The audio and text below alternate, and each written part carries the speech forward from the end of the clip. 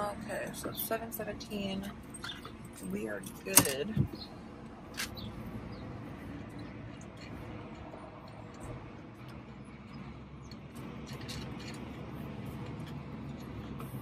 We are good. So,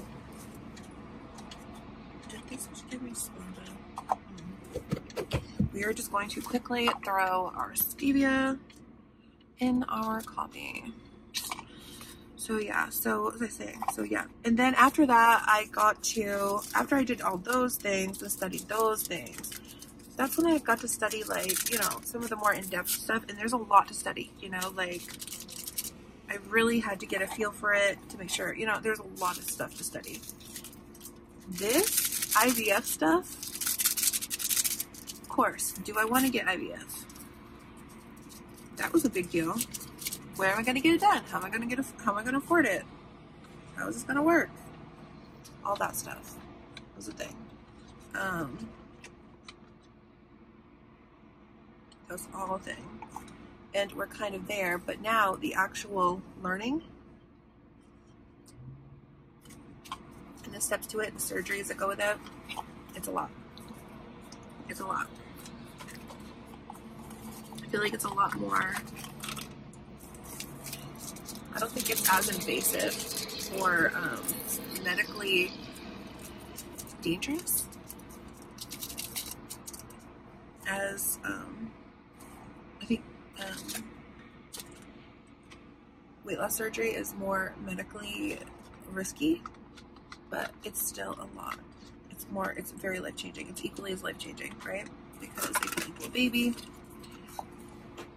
I am praying to God that this all works out for us. And I honestly, personally, I have a really hard time right now, at least. I'm having a hard time finding out where I stand between being humble and being cocky. And what I mean by that is that, you know, I'm a very positive person. You know, I'm a very positive person, like very positive. Hopeful and positivity, like that's very much me. Like I'm very hopeful, but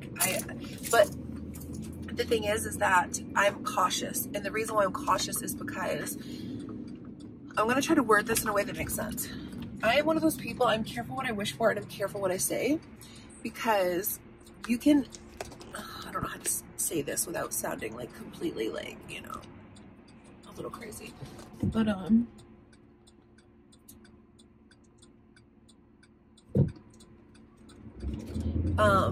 I am really careful about what I wish for and what I say. I guess part of that is I'm one of those people, I usually get what I want. I know that sounds really stupid, but I usually get what I want. And it only takes 1 or 2 times in your life to have a real, like, divine moment for you to change the way you think about everything. So, okay, I'm going to get philosophical here, guys. I'm going to get a little spiritual, a little religious-y, philosophical on the way to my appointment, okay? But we're going to do it. It's on my mind. And just talking out loud helps me process things. So I am a firm believer of 2 very important things. And this goes also to the way I think and organize my thoughts. So there are 2 critical foundational beliefs that I have.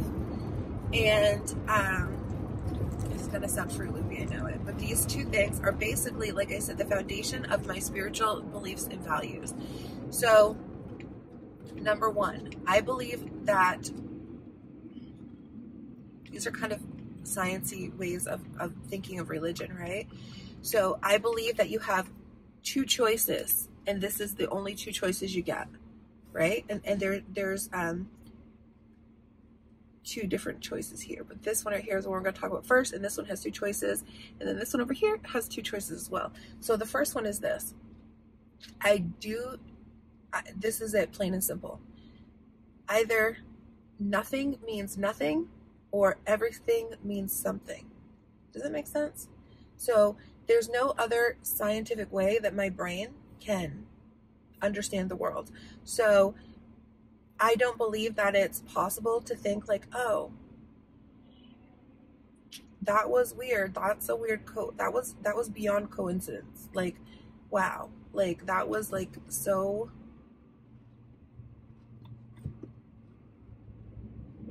Have you ever had a moment where it was beyond coincidental for you? Like you just don't believe in coincidences anymore because something really like, it was so like miraculous or so straight out of prayer or so much a gift to you? Or I have a story, but I'm not going to give it to you right now, but I do have like a testimony to that. But have you ever had stuff happen to you where you're like, wow, that's beyond coincidence, like that's meant to happen? Like I don't believe that there is any other option except for you either choose in life. Everything is meaningful. Every single thing is designed and meaningful and meant to happen and not a coincidence, or nothing means nothing. Does that make sense? Everything is absolutely just random chaos that has no everything is absolutely random chaos with no meaning behind it at all, 100% of the time, or 100% of the time, everything is meant to happen the way it's supposed to happen. To me, you cannot have anywhere in the middle. It's either absolute or nothing. It's either absolutely 100% or nothing. Now, as a human, like I tend to flux somewhere in the middle, but I constantly have to remind myself of that. And I think it kind of goes to like, I know this is going to sound a little religious-y, but it goes to like wandering in the forest for 40 years. Like, you know, when Moses like freed the slaves of Egypt, they saw miracles, but then their brain still couldn't understand that it's either 100% all the time, everything is meant to be, or it's chaos. And our brain has a really hard time wrapping itself around this concept. And I'm a firm believer that everything means something all of the time, because I don't believe in random chaos, because I have seen things in my life that were beyond coincidence to me. And I can tell you the stories and you can tell me like, oh, that's just a coincidence, or what are the chances? Like my first one happened when I was about 19, and they don't happen very often, you know, these real pivotal, like, whoa. But one did happen not that long ago, and I still wonder, like, but anyways, I'm getting too into it. So that's my first and foremost, like, foundational belief in, like, my spiritual standing, because you cannot flux in the middle there. Like, I know it's human nature to doubt and to flux, and I get that, but at the very foundational thing, I really believe that at the base of it, it's all designed. And I do not know if, like, how to define God in a lot of ways, because I'm very open to that, but who knows? You know, who knows? Like, I don't know if I'm making any sense right now, but I'm trying to, you know? So, just putting myself out there, you know? The other one is that I do not believe in atheism, because I believe you have an option in life, and you only have this one option. I believe that you either believe you are God, or you believe there's something else more powerful than you. That's all I think that equals. Like, I do not think that there's 1,000 different ways to word it, but I like to break things down to a very nitty-gritty, like down to the atoms, right? So in my mind, I don't think you can be without a God. I think you just are choosing whether or not your God I believe you're choosing if you are God. Does that make sense? There's no such a thing. If you are atheist, if you're just, oh yeah, I'm atheist, like I don't believe God exists, cool. But the thing is that you're not living, basically I believe you're living as if you are the God of your own world, right? So you are designing your own world. You are, even if there is a God and you're really not designing your own world, right? You are living as if there is no God. So basically I believe you are your God. You are your God. You are worshiping yourself. You are putting yourself in that chair of making decisions. And I believe our God allows for that to happen. I believe that God allows for you to make the decision. Are you going to flow with him, or are you going to be without him and make your choices for yourself? And just from what I've seen and been through, like I need God, you know what I mean? Like, I believe that there is something, some power, some greater point because I just think it's like super narcissistic in a way to believe that like I'm super good at making all the right choices. Like clearly I'm not. And I like to believe that there is something stronger than me and a power stronger than me. I've experienced a power stronger than me. Even like, you know, things that act against me, whether like, for example, your weight, like that's like the struggles I have with my weight, like that was beyond me. That was a power greater than my own logic and thinking and willpower. So yeah, there are things in this world that are more powerful than me, that are happening to me, that I have zero control over. So therefore I'm not the most powerful. And like, I do think the universe is this, you know, a piece of this puzzle, you know, like, and everything is going to work out for the good. And if that means that I don't come first, that's okay. And if that means that I'm part of this over sweeping experience, then I'm okay with that too. And I don't know if this is making any sense. I know it's very abstract in a lot of ways because I'm careful with the words I choose, because I don't want to pigeonhole myself into a certain like category or certain words. But I'm a Christian. I believe in God.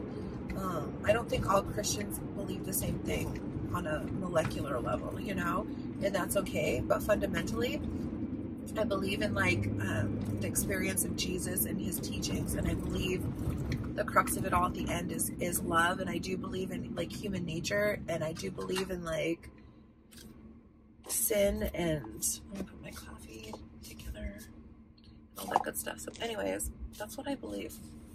So my point of all that is that you know, I'm careful of what I wish for, because sometimes you wish for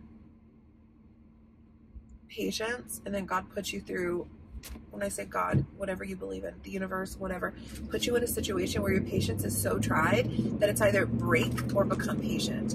So in my life, you know, the way I experience the world,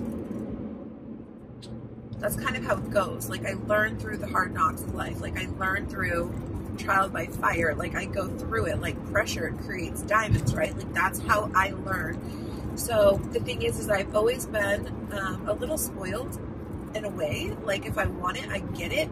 I'm very much a go-getter. Like I don't believe anything is impossible to achieve. Like I really do believe in like, once I decide I want it, I've gotten it. Like I just get there. You know what I mean? Like, oh, let's have kids. Like I don't know how we're going to get there, but we're going to get there. And it just is what it is. So that's kind of how I roll. I'm a little spoiled in that way, because I always believe like if I want it, I'm going to get it. So I really am a little bit feared that this might be my thing, that I want so much that but I can't do it for myself. And I don't know if it's going to take, what's the word I'm looking for here? What is it called when you like let it all go and you just release it to somebody else? Letting go of the reins, you know, like is it going to take ultimate like laying down my own control and letting science take, like it's going to be a real, this for me is going to be a real practice of lack of control and being a little bit of a control freak in a lot of things and liking to control certain things. Like that's why I'm so into studying all this stuff and researching it, because it gives me a sense of having some control over it. But I think it's just important to do anyways, to advocate for yourself. But at the same time, it just goes to show like the control that I try to maintain over this whole process, right? So just my experience and how the world works, I'm just a little hesitant. I want to claim my children. You know, I want to claim them. I want to say like, okay, God, like I want 2 boys. Like that's what I want. I want 2 little boys. I want them to be close in age. I want them to grow up together.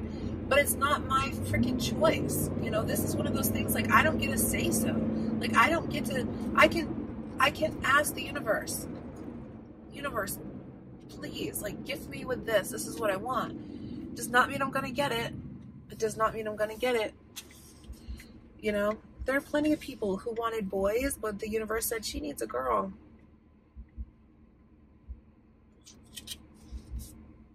You know, The universe knows what I need. God knows what I need. God knows what's right for me. God knows if I'm better off fostering or adopting. At one point, that's what I really wanted above anything, you know? God knows. I don't. Anyways, guys, I'm going to get off here because I need to map where I'm going, and it's a red light, so I'm going to try to, it's green. Never mind. It's 7:32, so I need to map out where I'm going. I think I know where I'm going, but I don't. And I've been here 1,000 times, but I don't know this area that well. So I am very hesitant to what I wish for. I get to make the choice of whether or not I want to do IVF. I can pray on it. I can pray. I can tell the universe. I can tell God the deepest desires of my heart, right?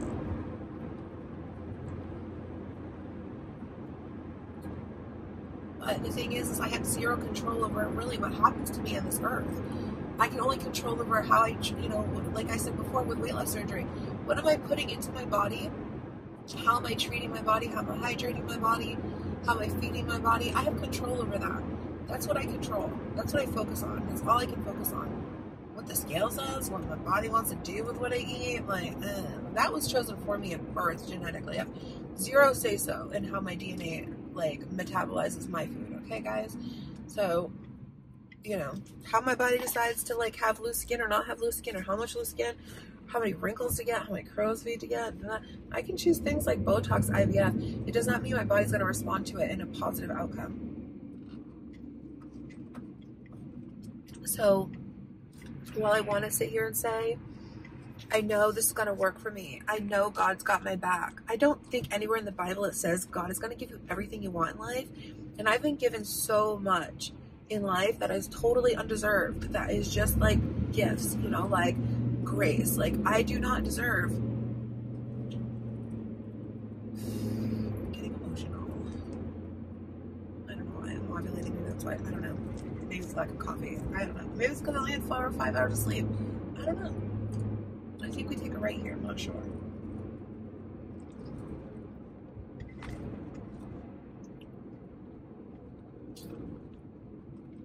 We're just gonna figure it out. But I don't believe in like teachings of like prosperity and stuff like that. Like, do good things and God will do really good for you. Like, I don't necessarily believe that's true. I don't believe in all those things. But I do believe God uses us to teach people, and I do believe He uses our struggles to help other people. And I hope my struggles do help other people, and, you know, maybe He'll use my faith and belief in a testimony in some way. I don't know. But all I know is that you know, I love positive and hope and all that stuff. And like, I believe this will work for us. But I can't proclaim it because I'm not God, and I don't know what God has in store for us. I don't know if this is going to be a horrible, painful struggle journey that's here to teach me something. Teach me thankfulness, gratefulness for what I have. I don't know.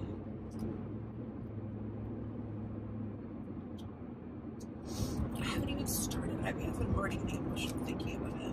Because it is such a great sacrifice. It's such a great financial investment. And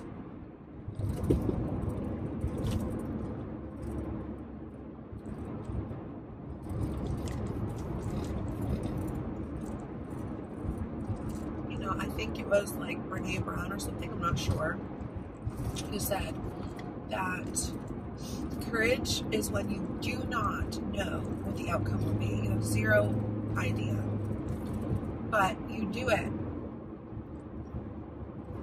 anyways.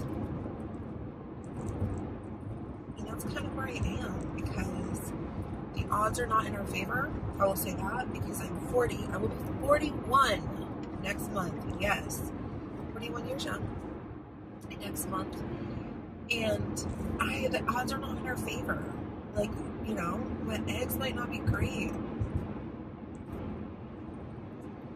The good thing is that this.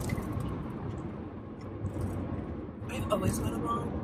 Always. I was the number one top, like, anybody can tell you that I was like the best babysitter on planet Earth. I was always super good with kids. And I've always been a mom. I don't care whose kid I have, I'm momming them all the time. Like, I know what I was created for and what I was designed for and what my heart was made for. And I was created, right? So I'm just honoring that. And that's what I know. And I know that to be 1000% true. And if something's 100% true, then I can believe it and then I can hold on to it. So I know me. I know myself. I know what I was created for. I know what I was created to be. I know these things to be 100% true. So I don't know whose kid I will end up momming. I don't know genetically whose child I will end up being their mother. I don't know if it'll be my own biological child. I don't know. But it doesn't matter if it's a cat. I mom the shit out of everything, you know? Like, I don't mom my husband, don't think that. But I am a mom, you know, to people who need a mom. To babies, to children. I don't mom adults. I hate that. It annoys me. So yeah, I don't mom adults. You guys, I made it here without a GPS. It was literally like 2 left turns, right? But it's just like, I'm just not good. But anyways, we're going to be in the parking lot a little bit early, so we'll chat. It's going to be a long video. Yeah, kind of long. But, you know, it's an emotional journey, and I'm already emotional and I haven't even started. But yeah, it takes a lot of courage. And you know, when we did our consultation, I recorded it and I'll show you, but my husband was like, I really need this. The doctor like, do you have any questions? My husband's like, listen, I need this to work. Like, can you make this happen? And the doctor's like, I can't guarantee anything, you know? And he really can't. He can't promise you. Like, come on, Joanne, like, really? You're gonna ask this? That's kind of funny that he asked that, but of course, like, he of course wants that reassurance, but we don't know if it's gonna work. Like, come on. We do not know if this is gonna work. Like, it's impossible to know if this is gonna work. We're just taking a shot in the dark with a bunch of money that we could spend on anything else. Does that make sense? Okay, guys, we got some prime parking spot, and it's early. But I like good parking, and we're gonna enjoy the coffee and enjoy our morning together. So I'm gonna put the heat on just a smidge. I'm wearing these shorts. I don't know what I was thinking. It's 51, but whatever. It'll get nice out. Hubby rode his motorcycle to work today. I'm almost positive because I remember kind of hearing it. It's only 7:40. I left the house at like 5 or 10 minutes before, so I'm a little early. That's okay.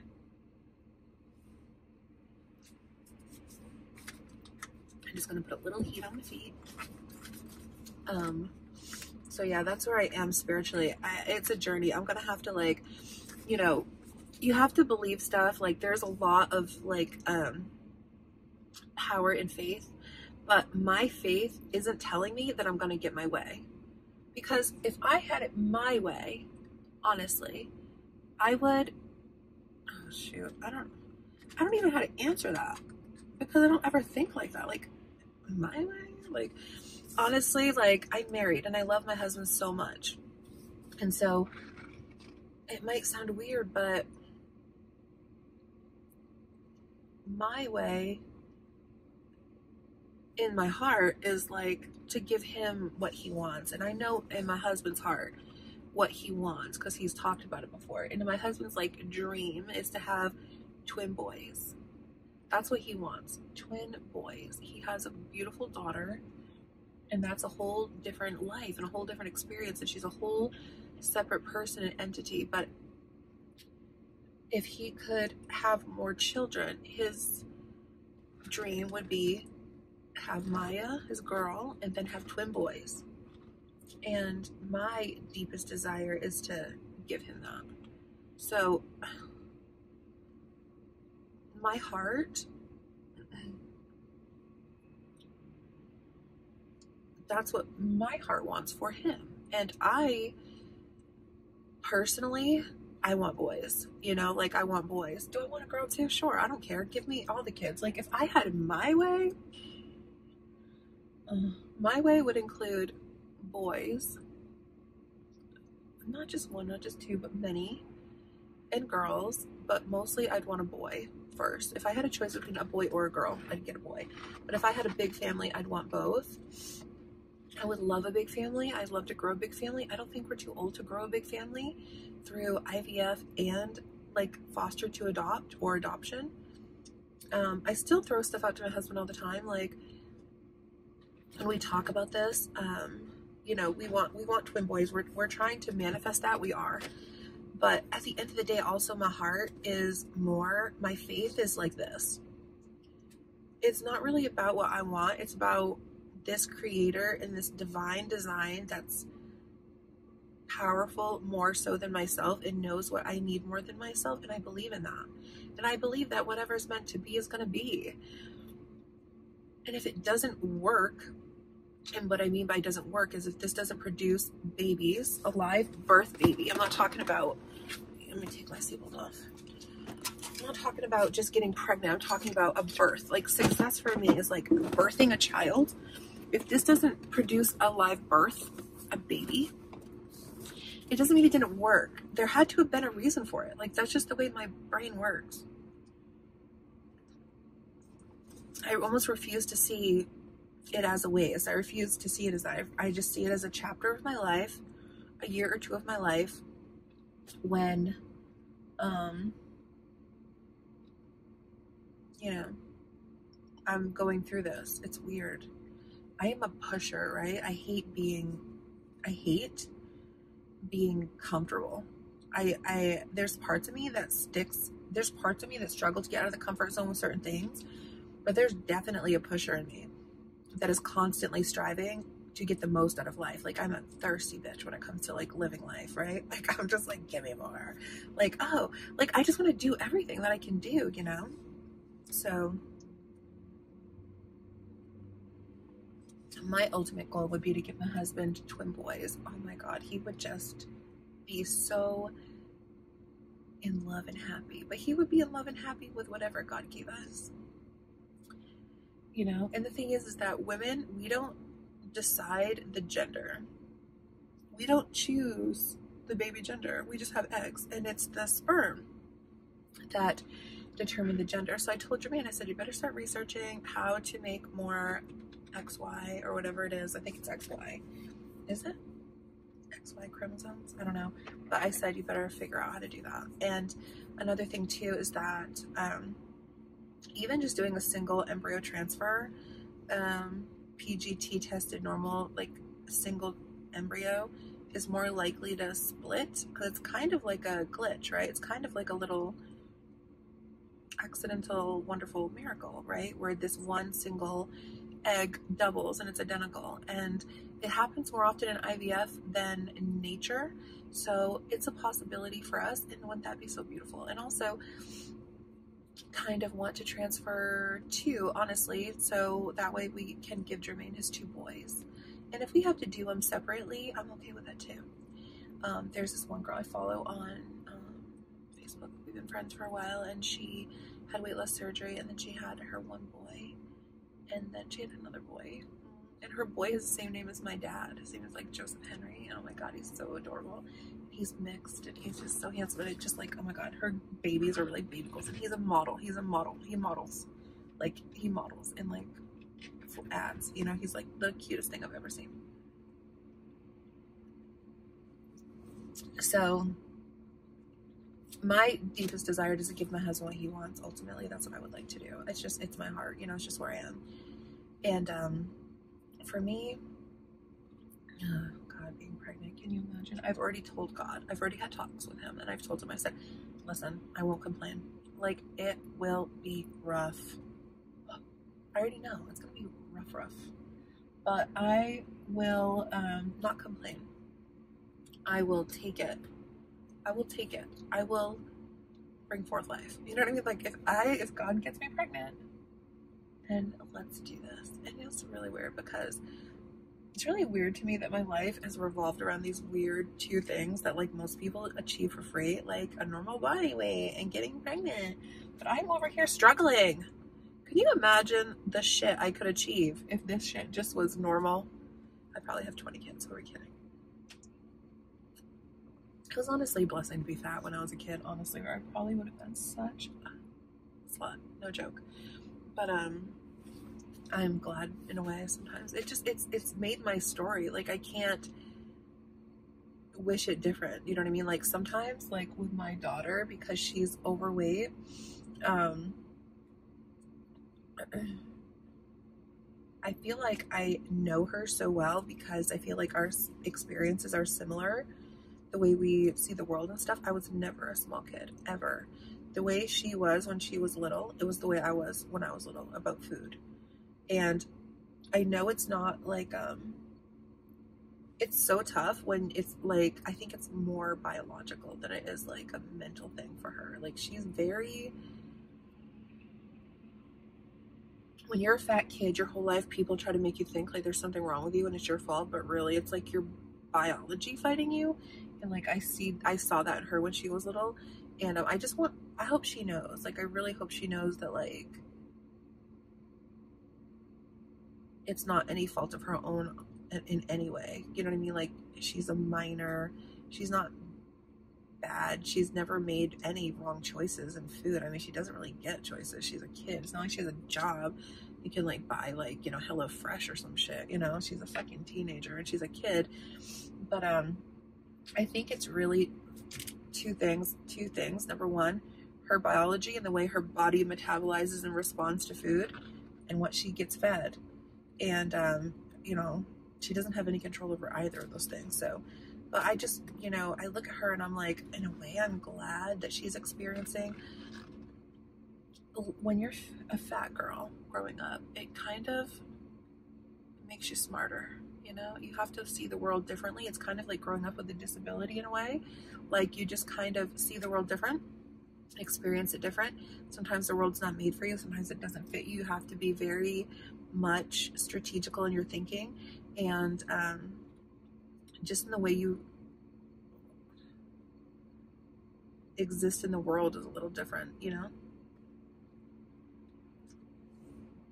It's definitely not effortless. When I was younger, there was like no Torrid, right? My mom used to buy me nightgowns and cut them into shirts and sew them because there were not really any kid shirts my size. And the t-shirts, there were blouses. She wasn't gonna put, you know, 10-year-old me in a fucking blouse, right? So, excuse my language. But she would get these cute, like, it would be for a grown woman, like a 2X or something, or 1X, or I don't know, but like a woman size, like 14, 16 or something like that is probably what I wore when I was like, you know, 14 or 13. And she would buy nighties because they were cuter, like, you know, they'd have like kittens on them or hearts or stars, and she would make them t-shirt sized and sew them and cut them and sew them and hem them. Isn't that sweet?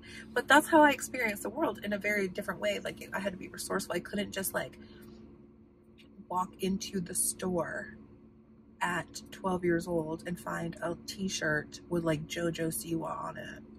That was not going to happen. I couldn't find a New Kids on the Block t-shirt that fit me. You know what I mean? Like I couldn't. It was limited. I lived in a small town and like Walmart didn't open until I was like 16 or 17, you know? And then by then I was already moved out.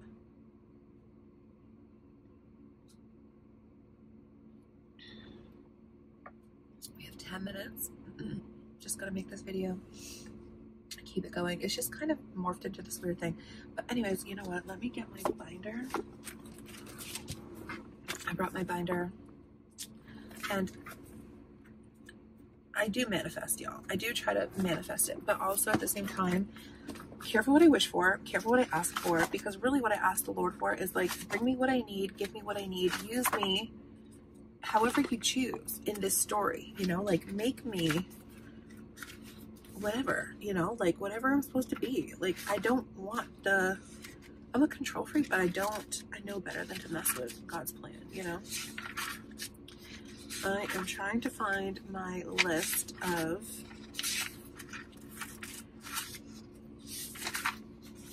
just be patient with me. It's gonna take me a second.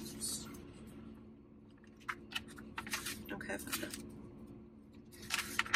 Okay. So there's a person who I watch on YouTube.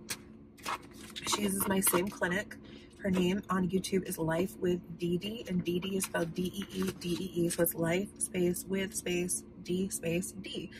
And she's really great. She's so sweet and she gives such good information. Oh my God, you guys, such a resource. Honestly, I feel like she should do coaching and charge people because she's an RN. Like she's like a nurse, like a trauma nurse. And she gives such good advice that I could never know on how to manage your appointments. Like she basically comes on and tells you how her appointment went, how it's supposed to go and how it's not supposed to go. I don't have a clue. I don't have a clue how my appointment's supposed to go. She talks about things like bedside manner. I don't know what that is. But anyways, she goes to my clinic and she actually had this, it was typed out and she showed it and the clinic gave it to her. I should have got one when I was there and I didn't. And I might ask for one, but they said it's on the website, but I can't find it. But she held it up and I screenshot it, and I'll hold it up for you guys. So hers was like a typed out list from the CNY clinic, but this is what she held up and I wrote it all down. She does not know how helpful she truly is. These are all the things that my clinic has you get done with your blood work, and it is not cheap. So the first thing is baseline testing, then there's preconception testing, and then there's LabCorp preconception panel. And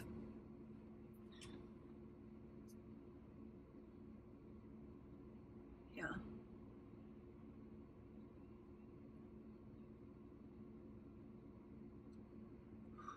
It's expensive. It's a lot. It's probably $500 or $600 altogether. Well, let's do the math.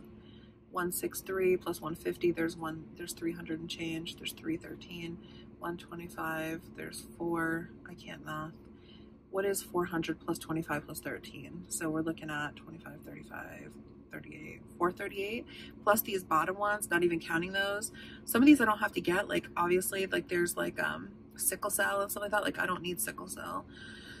Testosterone free in total, I probably need that. But if I can get these done with my insurance, I'm going to. So that's why I brought it. So I might actually type that up. I don't know, but I might put it in the comments or whatever. I'll type it out for you so you can just copy and paste it.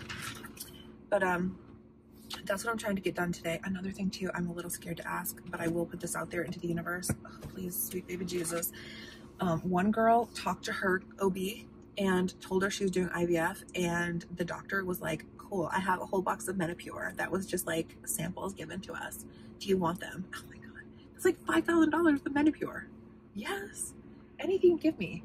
So I'm kind of like, oh, I don't think I'm that lucky, you know what I'm saying? Like, if this woman comes out with a whole box of like samples of like, I will use that and I will give it away to people who really, really need it. There are women who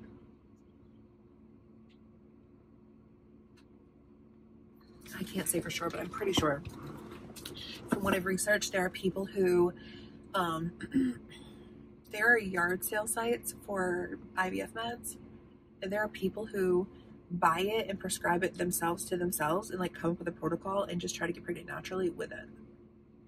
That sounds so dangerous. I could never, and I warn you against it, but there are women on there who are like, I'm looking for Menopur, and I think they do it to help themselves like ovulate more. But the thing is this, unless you can give yourself an ultrasound, or you can, you know what, number one, you'd have to be able to have access to ultrasounds, which you can find $40, $50 ultrasound places. I might actually find one and go and pay the $40, $50 to see is my uterus trilaminar and to see what my antral follicle count is. But that's what I'm going to get done here too. Oh, God, I need to write a couple notes down. I gotta write a couple notes down. I just thought of some stuff. Where's my pen? MTMHR or something like that. Killer cells, NK killer cells.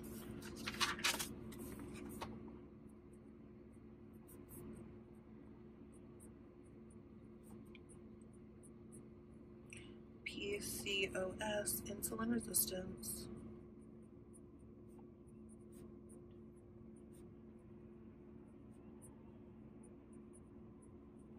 Thyroid.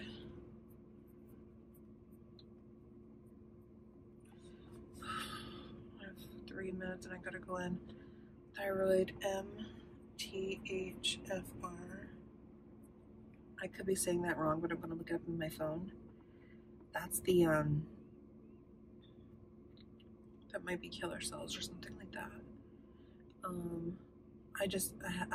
I feel a little bit unorganized, like I should have wrote this out. But I wasn't really sure where she was, what she was thinking, and I could maybe always come back. But, oh, hysteroscopy.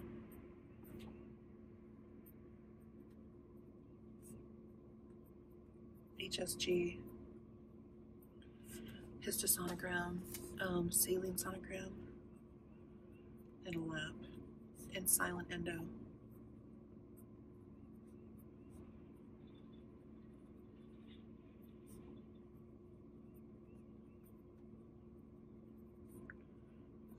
Laparoscopy.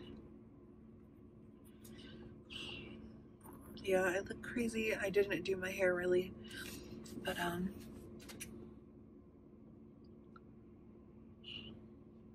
this is where we're at. I've been on here forever. Anyways, thank you for listening to me, letting me talk out loud and get all of my thoughts out there, and listening to all of my crazy shenanigans and thinking. 7:59. My appointment's at 8:15. I'm supposed to be in there at 8. I really have to pee, but I can't because I have to hold it. So I got my list. I wrote down NK killer cells, PCOS, insulin resistance, thyroid, MTHFR, hysteroscopy, HSG, saline sonogram, laparoscopy, and silent endo. These are things I want to see if she can test for or look into. If we're going to do another laparoscopy, then I want to do it here and have my insurance pay for it if at all possible.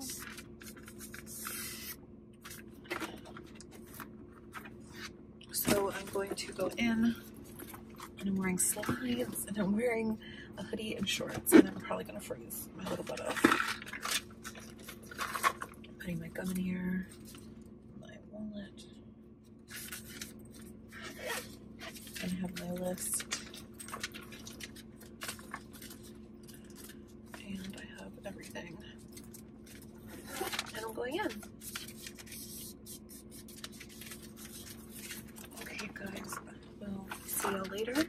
Thank you for hanging out with me, and we'll talk soon.